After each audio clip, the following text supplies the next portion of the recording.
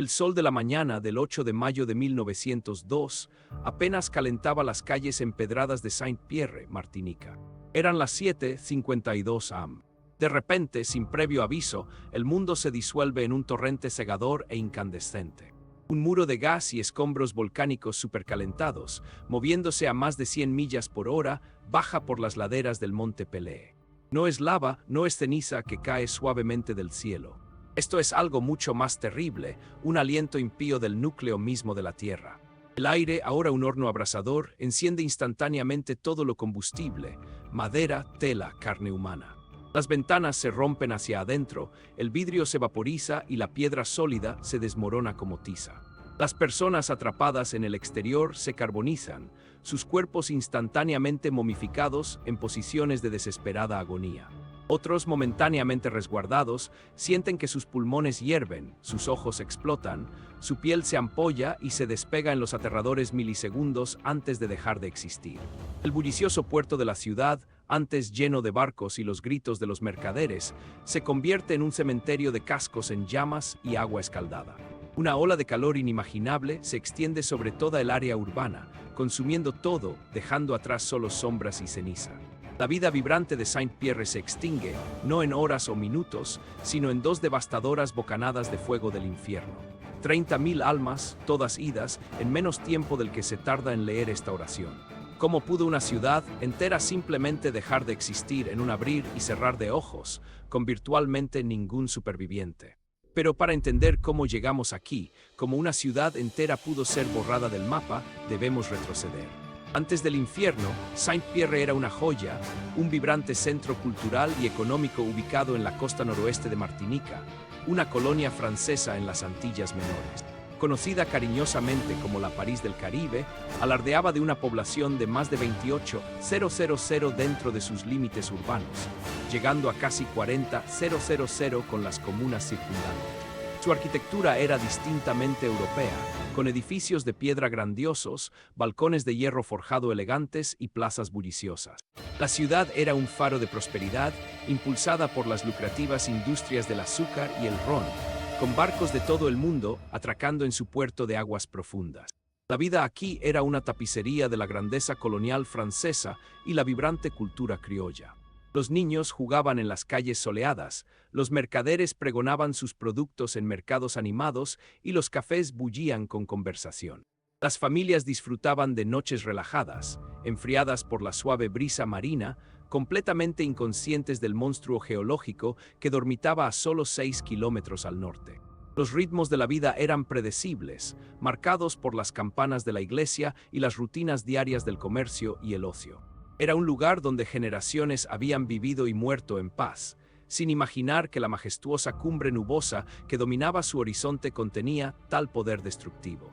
La gente de Saint-Pierre vivía en un paraíso, un sueño que estaba a punto de convertirse en una pesadilla. El año es 1902, un período de creciente industrialización y expansión colonial en todo el mundo. Martinica, una posesión preciada del Imperio francés desde 1635, disfrutaba de un período de relativa paz y estabilidad económica. Saint-Pierre servía como la capital y el corazón comercial de la isla, un eslabón crucial en la cadena del comercio global. El tejido social de la ciudad era complejo, reflejando la jerarquía colonial. Los administradores europeos, los plantadores ricos y los mercaderes formaban la élite, mientras que la mayoría de la población estaba compuesta por descendientes afrocaribeños, muchos de los cuales trabajaban en los campos de caña de azúcar o en las diversas industrias de la ciudad. A pesar de su estatus colonial, Saint-Pierre era un lugar de considerable sofisticación cultural. Albergaba una casa de ópera, jardines botánicos y una respetada escuela secundaria, estableciéndose como el centro intelectual y artístico de las Antillas Menores. El gobernador Louis Moutet, el funcionario francés más alto en la isla, residía en Fort-de-France, la capital administrativa, pero Saint-Pierre permanecía como la joya indiscutible. Las elecciones legislativas que se acercaban, programadas para el 10 de mayo de 1902, eran una gran preocupación para la clase política, eclipsando muchas otras preocupaciones. Era un mundo confiado en su progreso, donde las maravillas de la ciencia y la tecnología eran celebradas, pero completamente desprevenido para el poder raúd y sin domar del mundo natural. Este era un lugar donde las ambiciones humanas y las fuerzas naturales estaban en una colisión, aunque nadie, todavía, verdaderamente comprendía el destino inminente. Los primeros susurros desde la cumbre comenzaron sutilmente, fáciles de descartar entre el zumbido diario de la vida. A fines de abril de 1902, los residentes en las comunas que rodeaban el monte Pelée informaron un aumento en la actividad fumarólica, pequeñas plumas de vapor y gas sulfuroso que se elevaban desde la cumbre del volcán. Esto no era completamente inusual. Pelée había mostrado actividad menor antes, generalmente sin incidentes. Los granjeros que vivían en las laderas superiores notaron que su ganado se estaba volviendo inquieto. Los animales se negaban a pastar en ciertas áreas. Sus instintos percibían un cambio en la energía de la tierra que los humanos racionalizaban. El 23 de abril ocurrió la primera caída de ceniza significativa, un polvo fino y arenoso que cubría los techos y las calles de Saint-Pierre. Era inquietante, pero los funcionarios locales e incluso el comité científico formado para monitorear el volcán restaron importancia a su significado. Nada de qué preocuparse, aseguraron a la población. Solo el monte Pelée aclarando su garganta. El enfoque permaneció en las elecciones que se acercaban, con políticos temiendo que cualquier charla de evacuación causaría pánico, interrumpiría la votación y dañaría gravemente la economía. Había un acuerdo colectivo, no dicho pero poderoso, para mantener una fachada de normalidad. Sin embargo, los signos sutiles se estaban acumulando. Un olor creciente a azufre en el aire, la aparición de pequeños temblores inusuales y un persistente, bajo rugido que algunos residentes juraban que podían escuchar, un profundo zumbido desde debajo de la tierra. La montaña se estaba despertando y el reloj estaba marcando, incluso mientras la ciudad seguía con su negocio, ajena a la fuerza monstruosa que lentamente se estaba acumulando bajo sus pies. Las suaves advertencias pronto dieron paso a desarrollos mucho más ominosos. El 27 de abril sonó la primera alarma significativa. Una serie de fuertes flujos de lodo, conocidos como lahares, comenzaron a bajar por el río Riviere Blanche, un río que fluía directamente desde el cráter de Pelée hasta el mar, justo al norte de Saint-Pierre. Estos flujos, una mezcla de ceniza volcánica, roca y agua, eran más densos y destructivos que las inundaciones típicas. Barrían puentes y devastaban la refinería y destilería de azúcar de Guéry, ubicada en la desembocadura del río. Al menos 23 trabajadores de la destilería murieron, enterrados vivos en el torrente viscoso. Este evento debería haber sido una advertencia clara e innegable. La gente de Saint-Pierre presenció el agua turbia y llena de escombros que llenaba la bahía, convirtiendo el turquesa caribeño claro en un lodo marrón turbio. La fuerza bruta de los lahares envió un mensaje escalofriante, pero una vez más fue descartado por las autoridades como un incidente aislado, una consecuencia desafortunada de las lluvias fuertes que interactuaban con la ceniza acumulada.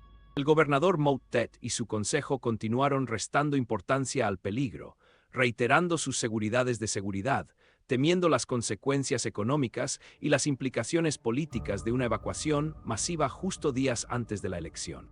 Muchos residentes, particularmente la clase trabajadora más pobre, no tenían medios para escapar, incluso si querían, dependiendo de la industria de la ciudad para su supervivencia.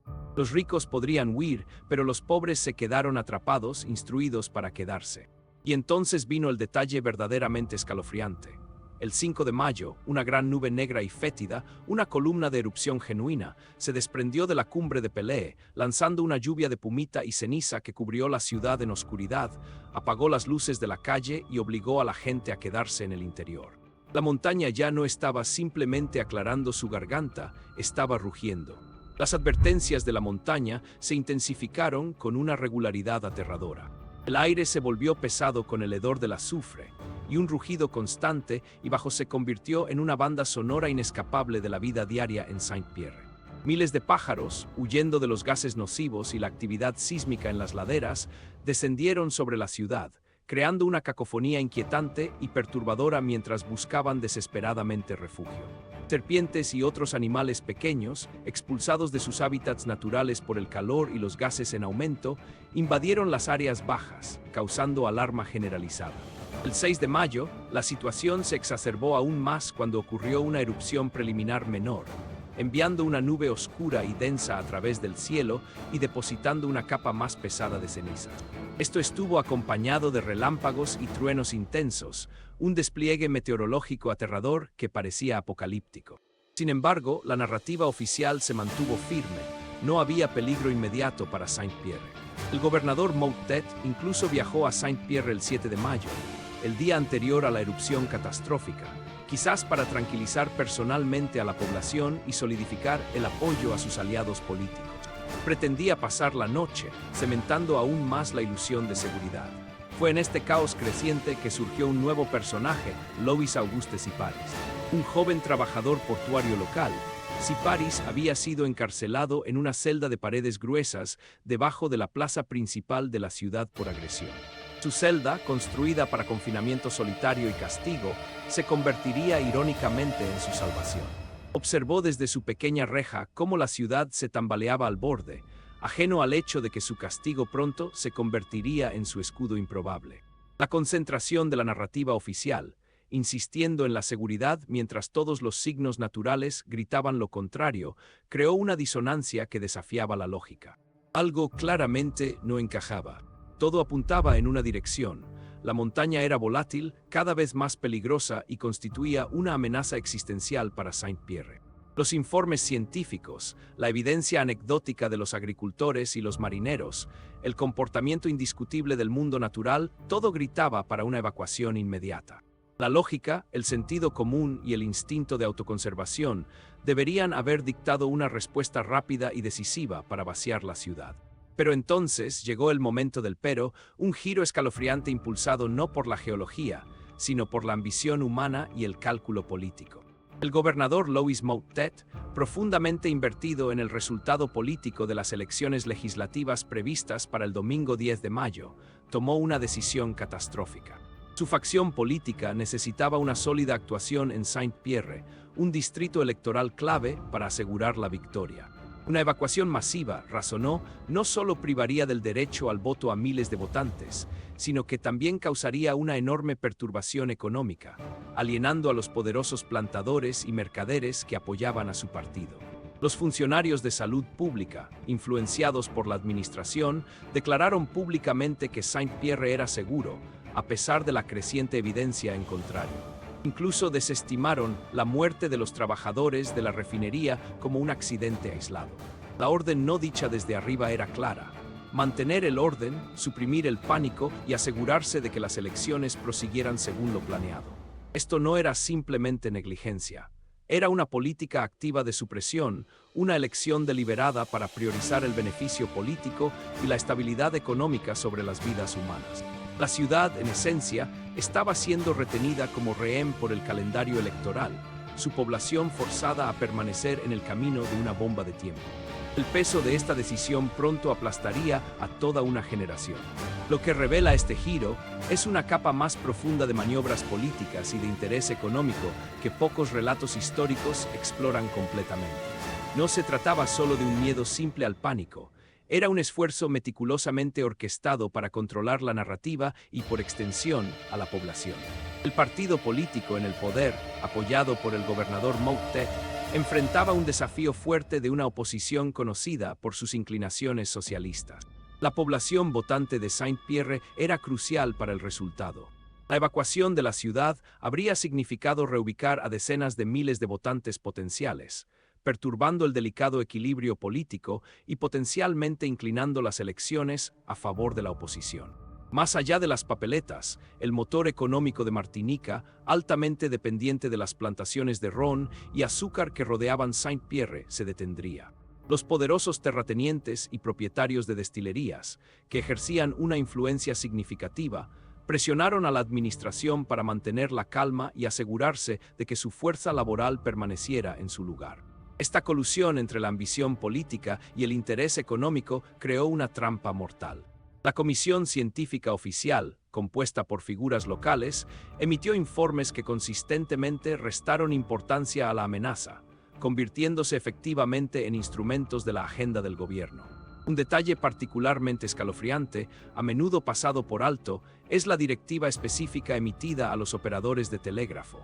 cualquier informe de actividad volcánica inusual debía ser suprimido o censurado antes de ser enviado fuera de la isla. El mundo exterior permaneció en gran medida ajeno al verdadero alcance del peligro, meticulosamente oculto detrás de un telón de seguridades oficiales. Esta decepción deliberada aseguró que la gente de Saint-Pierre, privada de información precisa y previamente impedida de partir, enfrentaría la ira del volcán sola, un sacrificio calculado por conveniencia política. En medio del desastre en desarrollo, el costo humano se entiende mejor no a través de estadísticas, sino a través de historias individuales, particularmente la de Louis Auguste Siparis. Con 27 años, un trabajador portuario conocido por sus ocasionales peleas, Siparis fue arrestado por agresión el 7 de mayo de 1902 y confinado a una celda solitaria en la cárcel de la ciudad. Su prisión, una robusta celda de piedra con paredes de varios pies de grosor, estaba diseñada para la máxima seguridad, no para protección contra un volcán. Su pequeña ventana con barrotes ofrecía solo una vista limitada de la calle, pero fue suficiente para presenciar el creciente terror en la ciudad. Los pájaros aterrados, el cielo lleno de cenizas, la atmósfera cada vez más frenética. Pudo escuchar el rugido distante, sintiéndolo reverberar a través de las propias piedras de su celda. Cuando el flujo piroclástico golpeó Saint-Pierre, la ciudad fue instantáneamente engullida. Siparis, encorvado en la oscuridad opresiva de su celda, fue sometido a una prueba inimaginable. El gas supercalentado penetró su celda, quemándolo severamente. Sufría quemaduras de tercer grado en todo su cuerpo, su piel chamuscada y ampollada, pero las paredes de piedra masivas de su celda, increíblemente, lo protegieron de la fuerza directa y pulverizante de la explosión que aniquiló todo lo demás. Yacía en agonía delirante durante 4 días agonizantes, rodeado del silencio de la muerte, antes de que un equipo de rescate, desconcertado por la destrucción total, encontrara su celda. Lo encontraron apenas vivo, su cuerpo horriblemente quemado, pero consciente. Fue el único superviviente conocido dentro de la zona de destrucción de Saint-Pierre, un prisionero salvado por su encarcelamiento. Su historia subraya la aleatoriedad horrible de la supervivencia y la pérdida, donde un castigo se convirtió en un respiro milagroso y una ciudad entera fue extinguida, dejando atrás a un hombre para dar testimonio de su obliteración absoluta. En el inmediato y caótico, después de la aniquilación de Saint-Pierre, comenzó una desesperada lucha por controlar la narrativa. La escala del desastre, con más de 30.000 muertos, era una tragedia indiscutible, pero la culpabilidad subyacente de la administración colonial era un secreto que necesitaba ser enterrado. ¿Quién se beneficiaba del silencio? El gobierno francés, ansioso por mantener su imagen de gobierno colonial ilustrado, y la poderosa élite local, cuyos intereses políticos y económicos habían sido priorizados sobre las vidas humanas. Los informes oficiales iniciales se centraron exclusivamente en la impredecibilidad y la novedad de la erupción volcánica, presentándola como un desastre natural puro, un acto de Dios más allá del control humano. Hubo una ausencia conspicua de cualquier mención a las advertencias ignoradas, los informes científicos suprimidos o el activo desaliento de la evacuación. Los testimonios de aquellos que habían abandonado Saint-Pierre antes de la erupción final, detallando los crecientes temores y las seguridades oficiales, fueron en gran medida descartados o marginados.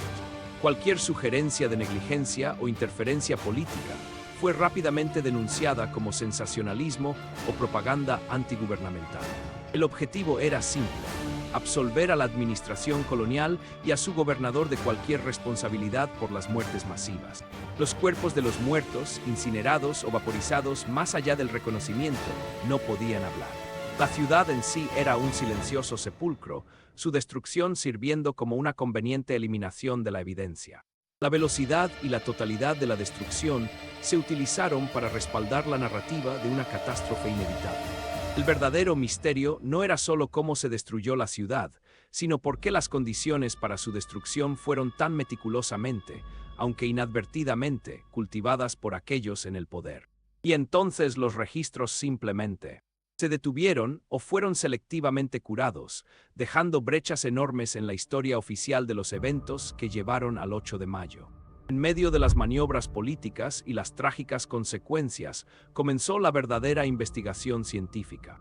El vulcanólogo francés Alfred Lacroix, una figura eminente en el campo, llegó a Martinica solo unos días después de la erupción, el 20 de mayo. Su misión era entender con precisión lo que había sucedido. Lo que Lacroix encontró desafió la comprensión previa de las erupciones volcánicas. La devastación no se debió a flujos de lava lentos ni a caídas de ceniza asfixiantes, como se asumía comúnmente. En su lugar, el paisaje mostraba las marcas de algo mucho más violento, una explosión incandescente ultra rápida. Observó la preservación inquietante de sombras quemadas en las paredes, la carbonización instantánea de materia orgánica y la forma en que objetos pesados habían sido arrancados de sus cimientos y lanzados a grandes distancias. Los árboles fueron despojados de su corteza, dejando solo los troncos en pie como centinelas fantasmales, pero sin corteza en un lado, apuntando hacia el cráter evidencia clara de una explosión poderosa y direccionada. Lacroix documentó meticulosamente las pruebas geológicas, analizando los depósitos y los patrones de destrucción. Sus hallazgos fueron revolucionarios. Concluyó que la ciudad había sido destruida por lo que él denominó una nube ardente, o nube incandescente, un fenómeno ahora universalmente conocido como flujo piroclástico. Este era una mezcla supercalentada de gas volcánico, ceniza y fragmentos de roca, moviéndose a velocidades increíbles y capaz de incinerar y pulverizar todo a su paso. Su trabajo revolucionó la vulcanología, proporcionando la primera explicación científica definitiva para un evento tan devastador. La investigación rigurosa de Lacroix, realizada en medio de la destrucción inmensa y la presión política potencial, comenzó a desvelar las capas de la narrativa oficial, revelando la naturaleza aterradora y verdadera de la ira del monte Pelée y exponiendo la magnitud del cataclismo. Inmediatamente después, la explicación oficial, diseñada para absolver a las autoridades, sugirió un desastre causado principalmente por una nube asfixiante de ceniza y gases nocivos. Aunque la caída de ceniza y los gases eran sin duda presentes y peligrosos, esta explicación omitió deliberadamente el mecanismo verdadero y devastador de la destrucción. Presentó el evento como una muerte lenta y sigilosa, implicando una muerte trágica, pero menos inmediata o violenta para las víctimas. Esta narrativa era conveniente porque se alineaba con peligros volcánicos más familiares, haciendo que la escala de la intervención humana o la falta de ella pareciera menos grave. También implicaba que las víctimas podrían haber tenido más tiempo, o que sus muertes fueron consecuencia de fuerzas naturales inevitables en lugar de la incineración instantánea por una explosión supercalentada. El concepto de flujo piroclástico, una nube ardente, era virtualmente desconocido para el público en general e incluso para muchos científicos en ese momento. Al centrarse en asfixia y humos venenosos, las autoridades podían distraer sutilmente la atención de la oblación más aterradora, súbita y completa que la ciudad había experimentado. Esto diluyó la naturaleza verdadera del horror y, crucialmente, redujo la responsabilidad percibida de aquellos que habían fallado en evacuar la ciudad. Si la gente murió por asfixia, se podría argumentar que la escape era simplemente imposible una vez que la nube llegó.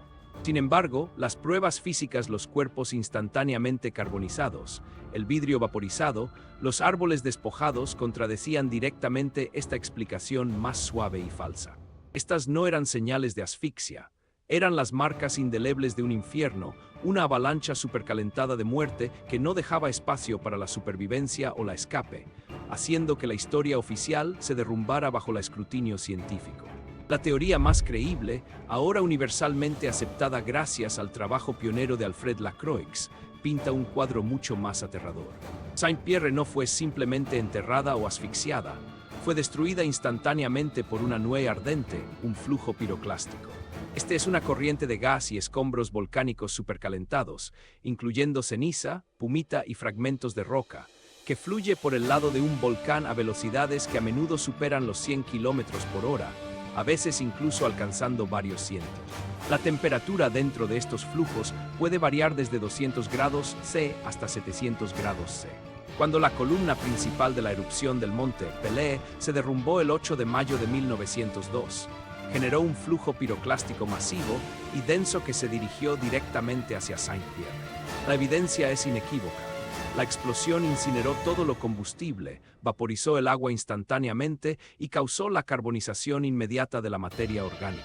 El despojo direccional de los árboles y las estructuras, la forma en que ciertos lados de los edificios fueron limpiados mientras que otros permanecieron relativamente intactos, confirmó el impulso lateral y poderoso. El calor era tan intenso que las botellas de vidrio se derritieron y se reformaron, y los objetos a menudo se encontraban soldados entre sí. Incluso el aire mismo, supercalentado y carente de oxígeno, habría causado la muerte instantánea por choque térmico y asfixia, haciendo imposible la supervivencia. El impulso puro del flujo significaba que las estructuras no solo fueron quemadas, sino también pulverizadas y arrastradas. Esto no fue solo un desastre natural, fue una demostración de una fuerza tan profunda, tan absolutamente destructiva, que no solo remodeló el paisaje sino también nuestra comprensión de los peligros volcánicos. La obliteración total de la ciudad en solo unos minutos fue un testimonio de la furia sin precedentes de la nube incandescente, dejando sin duda sobre el mecanismo verdadero de su destrucción. El hecho más perturbador en toda la historia del Monte Pelée y Saint-Pierre no es la negligencia política, ni el poder abrumador del volcán en sí, sino la evidencia aterradora de las consecuencias inmediatas. Cuando los equipos de rescate finalmente entraron en las ruinas, lo que encontraron fue profundamente inquietante. Había casi no restos humanos. La intensidad pura del flujo piroclástico significaba que la mayoría de las 30.000 víctimas no solo murieron, fueron casi completamente vaporizadas, reducidas a polvo o fragmentos carbonizados indistinguibles de los escombros. Los pocos cuerpos que se descubrieron a menudo se encontraban en posturas grotescas y petrificadas instantáneamente, congeladas en sus momentos finales de terror o intentando protegerse, con la carne horneada y momificada por el calor intenso. Sin embargo, quizás incluso más perturbador era el estado de los objetos de la ciudad. En algunas áreas se encontraron muñecas de porcelana intactas, mientras que los niños que jugaban con ellas habían desaparecido. Las cortinas de encaje delicadas sometimes se encontraban perfectamente colgadas, mientras que las casas que adornaban estaban reducidas a cáscaras y sus habitantes aniquilados. En un caso se encontró una campana de iglesia parcialmente derretida, indicando un calor extremo, pero la cruz de madera en su campanario solo estaba chamuscada, revelando la naturaleza caprichosa y desigual de la explosión supercalentada. El aire mismo se había convertido en un arma, incinerando la vida mientras a veces inexplicablemente perdonaba objetos frágiles. La obliteración absoluta e instantánea de toda una población, dejando atrás solo impresiones fantasmales y artefactos dispersos, habla de un nivel de destrucción que desafía la comprensión. Fue como si la ciudad, y todos en ella, simplemente hubieran dejado de existir, tragados por un infierno tan completo que dejó casi ninguna huella, un testimonio del poder último de la naturaleza y la fragilidad aterradora de la existencia humana. La erupción del Monte Pelée y la destrucción trágica de Saint-Pierre se alzan como un monumento aterrador del poder impredecible de la naturaleza y las consecuencias profundas de la soberbia humana. Nos fuerza a enfrentar verdades incómodas sobre la autoridad, la responsabilidad y el valor que se le da a la vida humana frente a agendas políticas y económicas. Esto no fue solo un desastre natural, fue una tragedia prevenible, un cuento de advertencia que resuena en la historia sobre lo que sucede cuando se ignoran las advertencias, cuando se suprime la ciencia y cuando el deseo de control eclipsa la imperativa de proteger. Las lecciones de Saint-Pierre son sombrías. La Tierra puede desencadenar fuerzas más allá de nuestra comprensión total, y cuando lo hace, nuestra única defensa a menudo yace en nuestra capacidad para escuchar, adaptarnos y priorizar la seguridad por encima de todo lo demás. Louis Auguste Siparis, el prisionero que sobrevivió, se convirtió en un símbolo involuntario de este horror, viajando con un espectáculo de rarezas, exhibiendo sus quemaduras, un testimonio vivo del día en que el mundo terminó para Saint-Pierre. Su vida y las ruinas silenciosas de una ciudad que alguna vez prosperó siguen preguntándonos: ¿hemos aprendido realmente estas lecciones o estamos condenados a repetir los mismos errores, atrapados entre la tierra rugiente y las decisiones peligrosas de aquellos en el poder? La historia del Monte Pelée nos recuerda que la historia no solo se trata de lo que sucedió, sino de lo que podría haberse prevenido. Si esto te mantuvo despierto por la noche, suscríbete. Publicamos historia oscura cada semana.